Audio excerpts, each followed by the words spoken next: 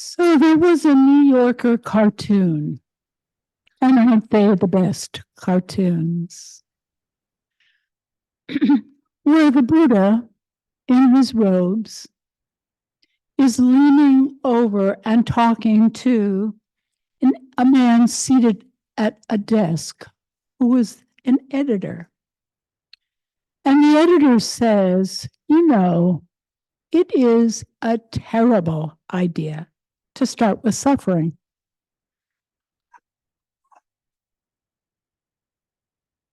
And indeed, with the First Noble Truth being suffering, which really translates as a pervasive sort of dissatisfaction. What if we change that up? That Buddhism is really about happiness. To fully live these precious moments we are given. So what if the First Noble Truth was happiness? Experiencing happiness. Then the second is that there's also dukkha, or dissatisfaction.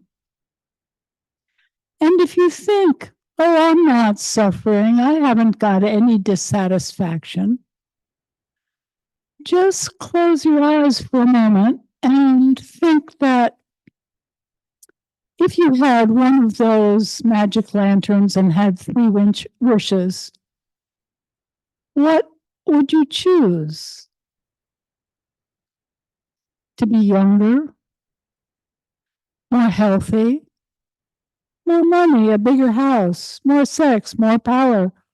Or would you go larger, like, I wish there could be peace, and that everybody had enough to eat, and that there was no war?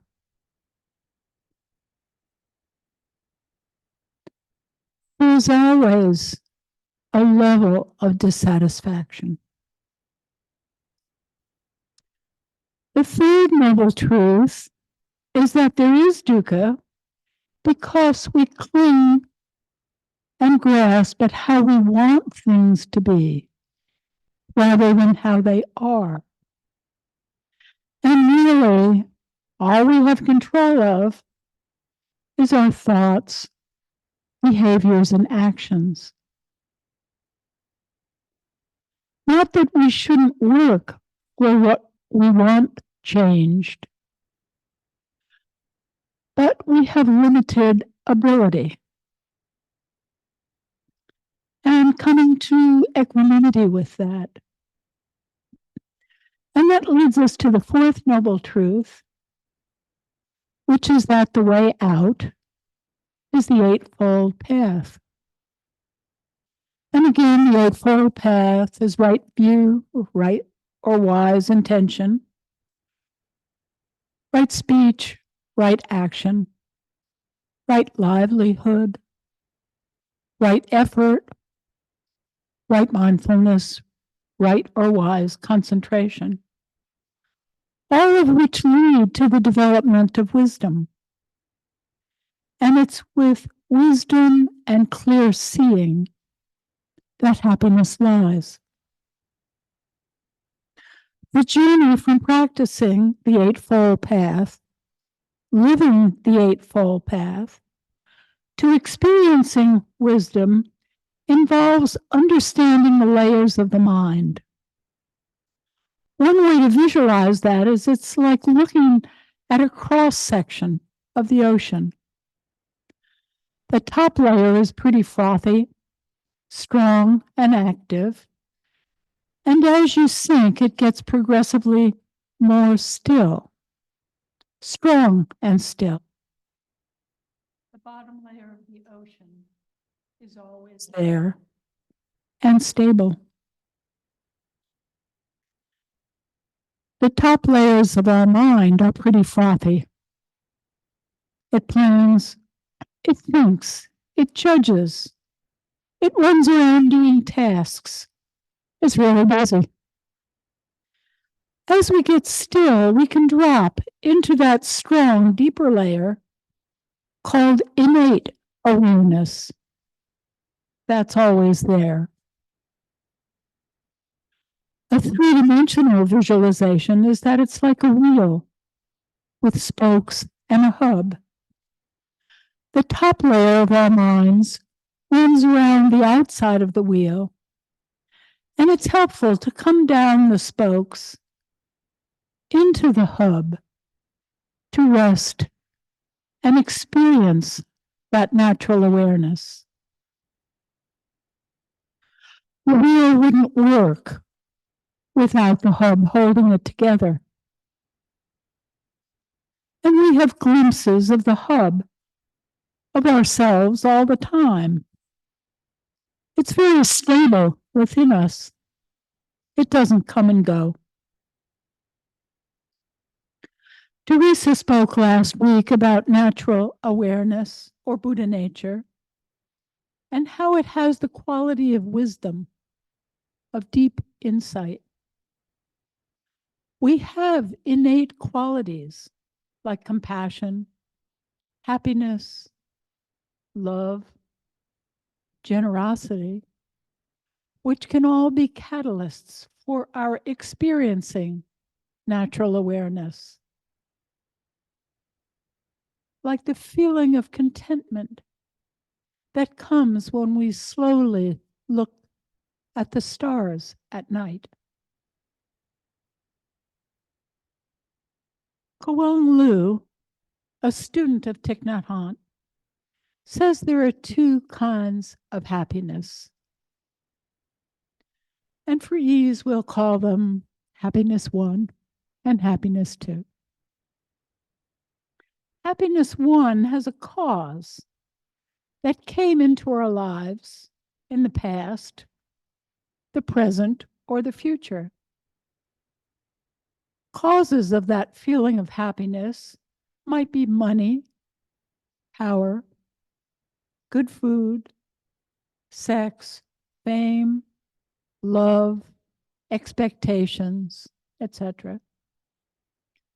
There are many causes, and we have our favorites. And there's nothing wrong with them except they don't last.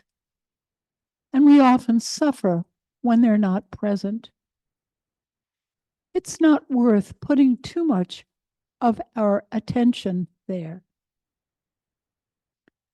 And let me say a word about attention because it's a very important quality we possess. It's the most important thing we have to give.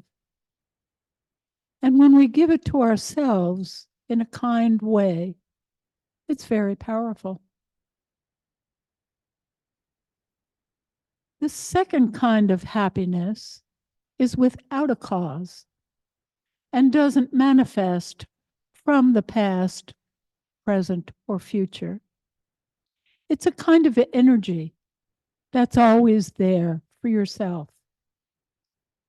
It's deeply nourishing for yourself and towards others.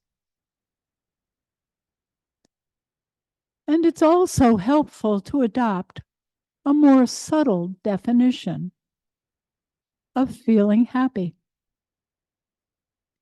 We experience the Vedanas as constantly judging all our experiences as pleasant, unpleasant, or neutral. We tend to dismiss pleasant and neutral, in part because I think they happen so often. And we concentrate in this culture and often complain about what's unpleasant. So what if we loaded the pleasant Vedana with more attention, with more positive words and phrases, like resting in the ease of well-being,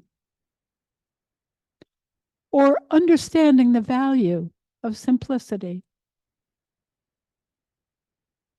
of being grateful? Couldn't this be another way to define happiness? Simply resting in the ease of well-being, with immense gratitude. Sounds like happiness to me. So let's try it for a moment.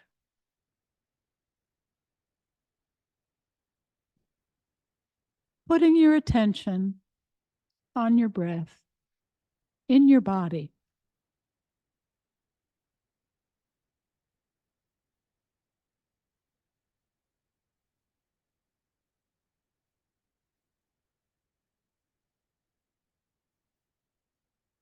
You can feel yourself sitting,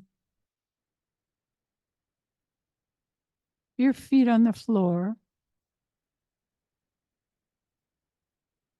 your arms and hands touching your body.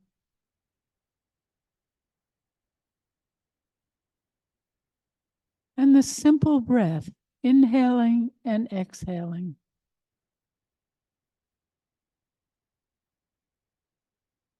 For most of us, thankfully, this Vedana is pleasant.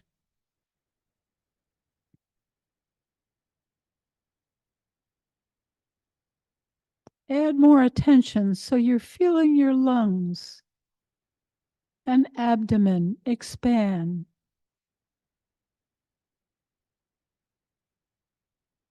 With the inhale, and as the breath rises,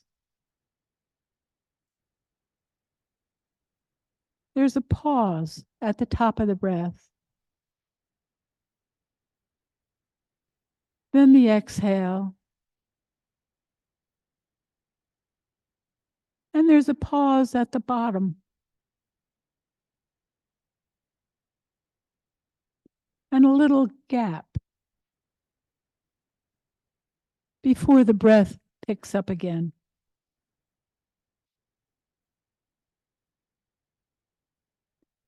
Effortlessly, with gratitude for the breath of life. This could be called happiness without a cause. Conditionless happiness.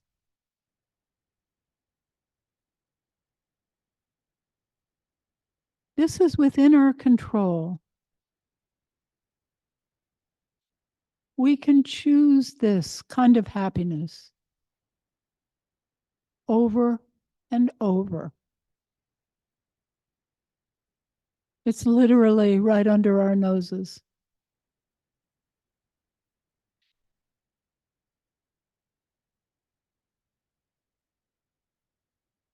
And as we did before, lift your shoulders just very gently toward your ears. And gently roll them backwards, very slowly.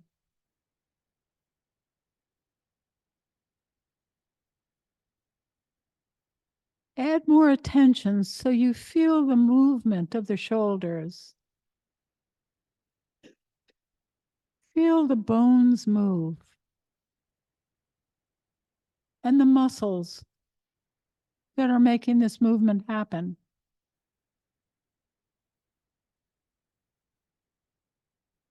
And then rolling forward.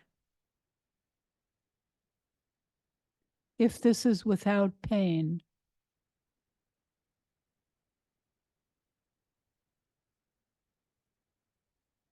We could be grateful that we have arms,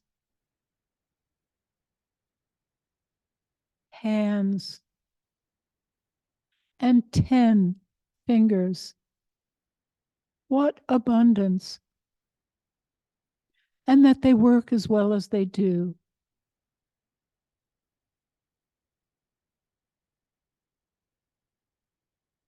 This feeling of gratitude could be called happiness without a cause.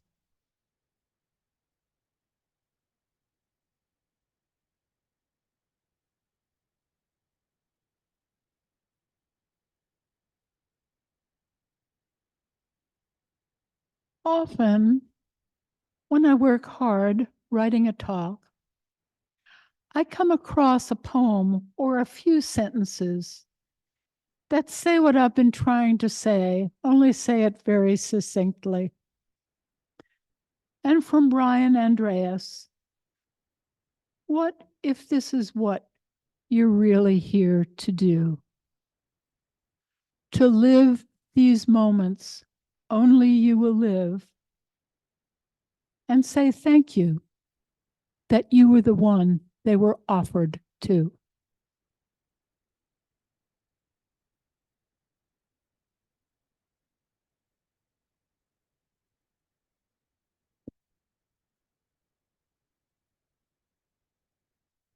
Thank you, Jeanne.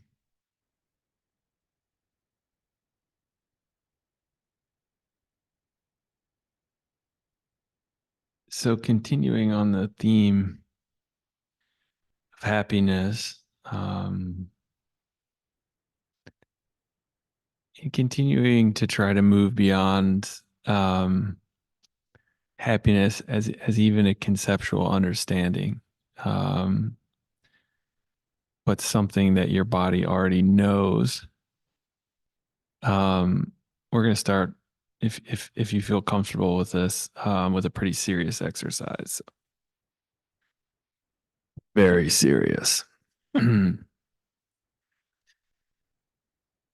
right, this is a practice that I like to call the 3-bounce chuckle. All right, I'm going to demonstrate the 3-bounce chuckle. Okay.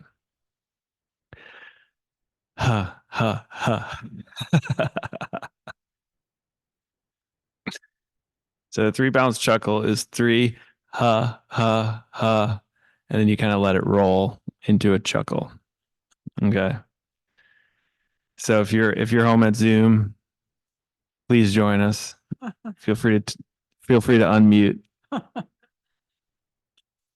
So we're going to do this a couple times. I invite you to join this primitive technology of laughter. All right, so we're going to do ha ha ha and just kind of let it roll. Okay, so all together. Ha ha ha.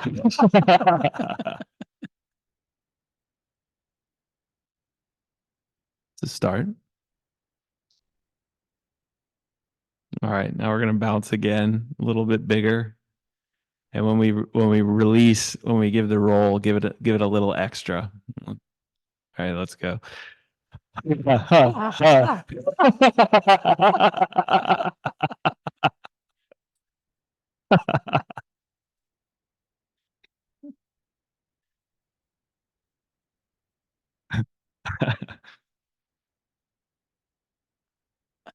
All right, one more.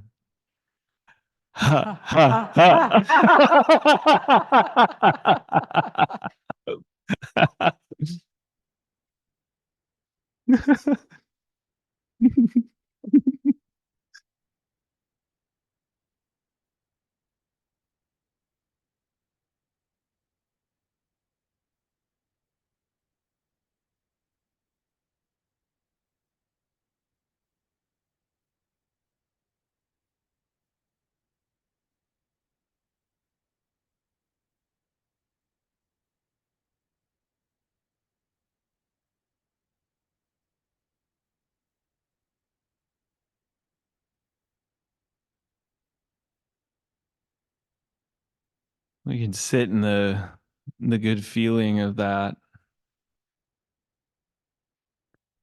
Maybe it's not exactly the same as causeless happiness, but we can see that the simple gesture, the simple physical gesture, we can feel the chemical response in the body.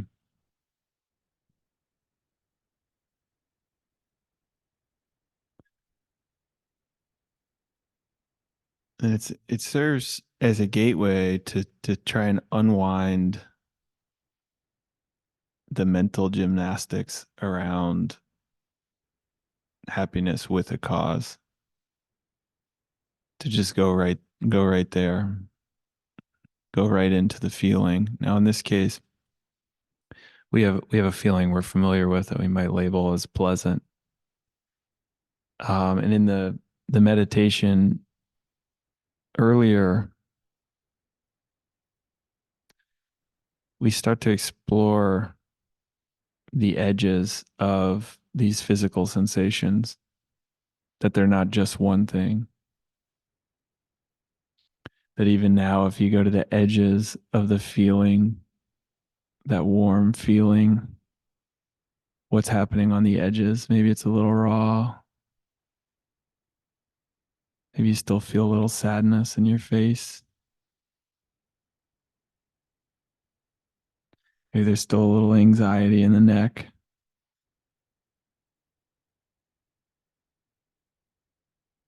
Maybe there's warmth in the belly.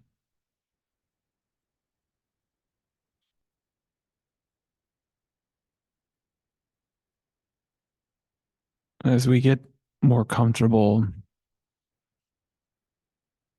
with the complex, interwoven, simultaneously occurring phenomena in the body,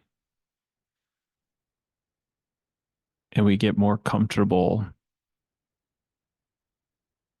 moving away from our binary understanding of happy and unhappy, healthy, unhealthy, hungry, full.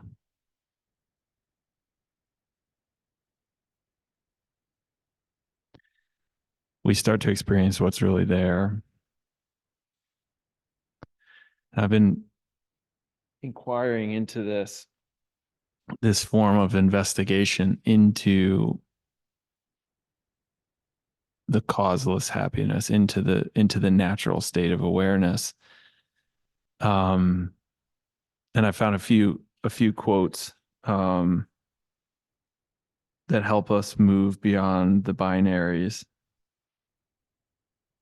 Ram Dass says, "Beyond all polarities, I am."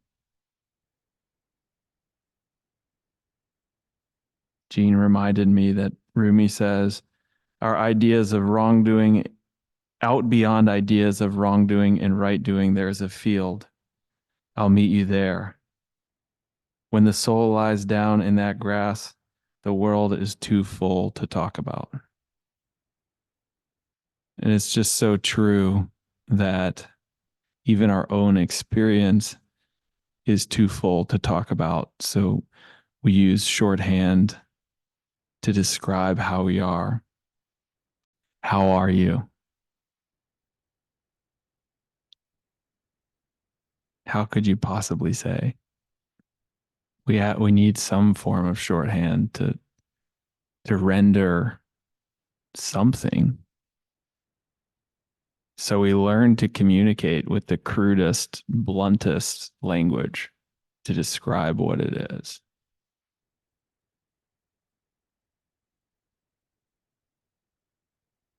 How are you?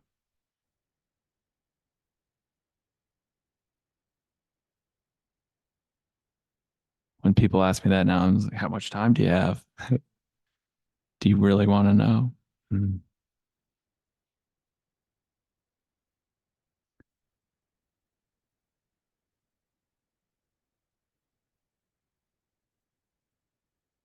But holding on to that investigation with a sense of openness, um, with a sense of space,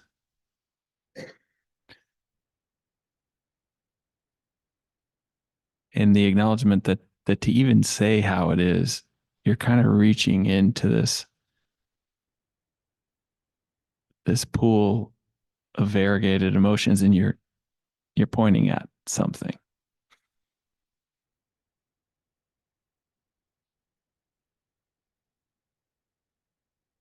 You're trying to carve out spaces and language and communication that allows for the complexity of your experience,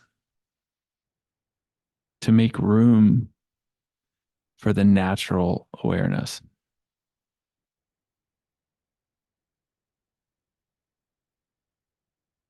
to make room for the not knowing.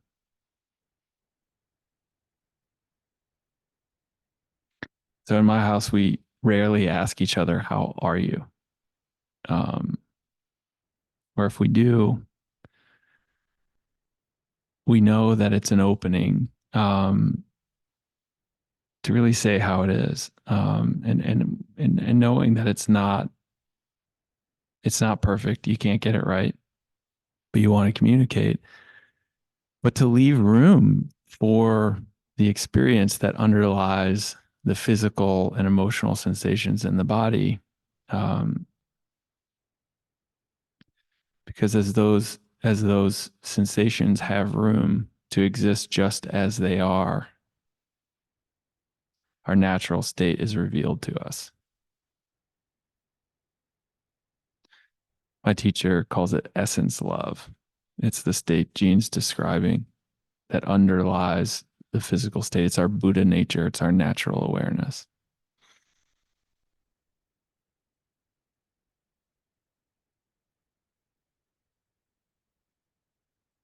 So I'll share, there's some work being done in organizational theory about what do we do with this budding sense that we can't really say what's going on. And there's some work being done to describe order in a chaotic world. I started reading this with a Dharma buddy recently. It's called Leadership in the New Science, and it describes the complexification of modern phenomenon and how we used to understand the world through a more Newtonian logic, which was basically A plus B equals C. And we use this linear logical approach to describe the world, to describe science. And we've entered into what they deem the quantum era. And in the quantum era, we acknowledge the dynamic complexity of our environment. It's really taking into account interconnection and interdependence. And rather than looking at things through a linear view, we're looking at things relationally. We look at how we relate to others, how we relate to ourselves. And I found a lot of space inside of the inquiry where rather than approaching what it is, how it is head on, as if we could know, as if we could say, that instead we describe how we are in relationship to something else.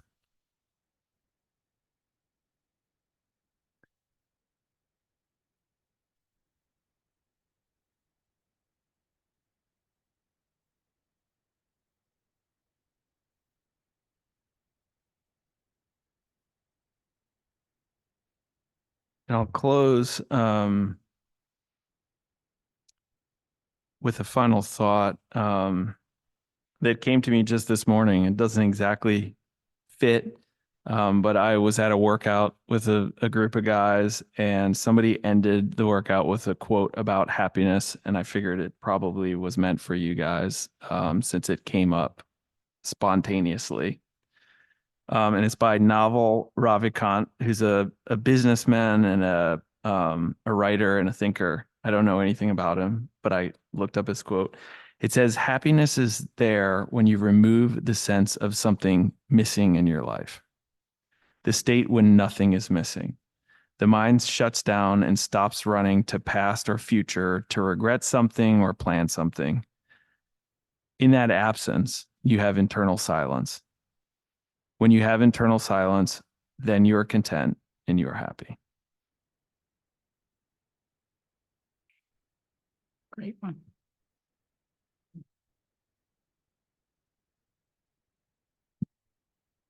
So do people have thoughts, comments, questions?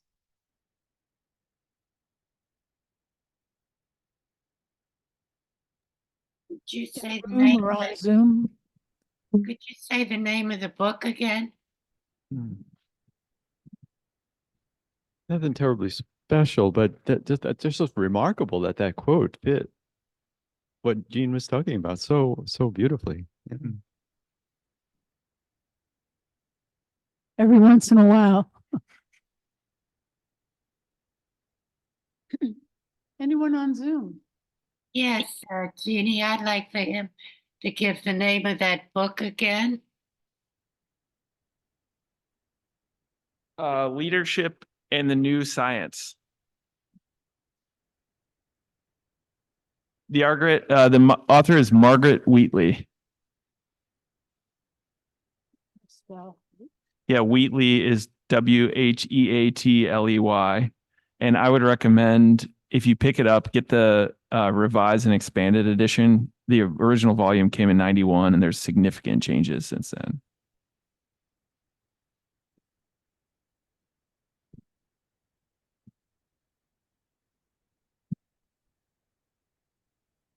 Thank you, Tim and Jeanne. I was just struck by how, I'd say, disorienting it was when we first started meditating, and you had us put, our left hand down on our leg, and it felt warm, and my right, hand open up, and it felt cold and just weird. A lot of food for thought there. Mm. Mm. Thank you, John. Mm.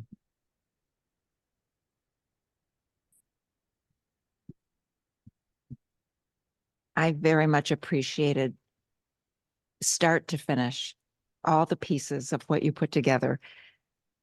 Honestly, for me, you just covered so much grace and so fully. I feel like there's nothing to add and almost nothing to question.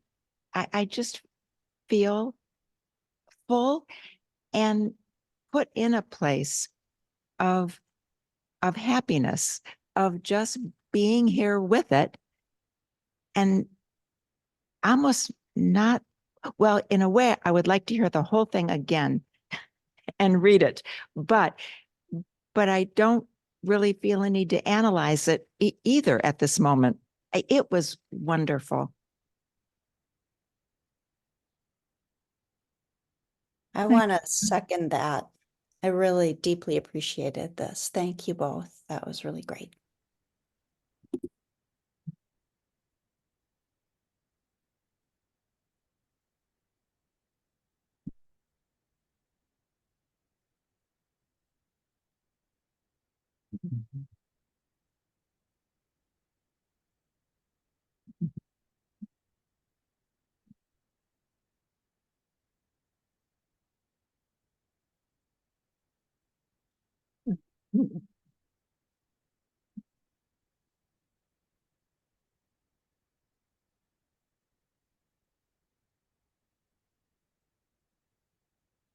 So we'll close with a dedication of merit. I like to say it in my poor attempt at Tibetan, as my teacher does, and read it in English afterwards.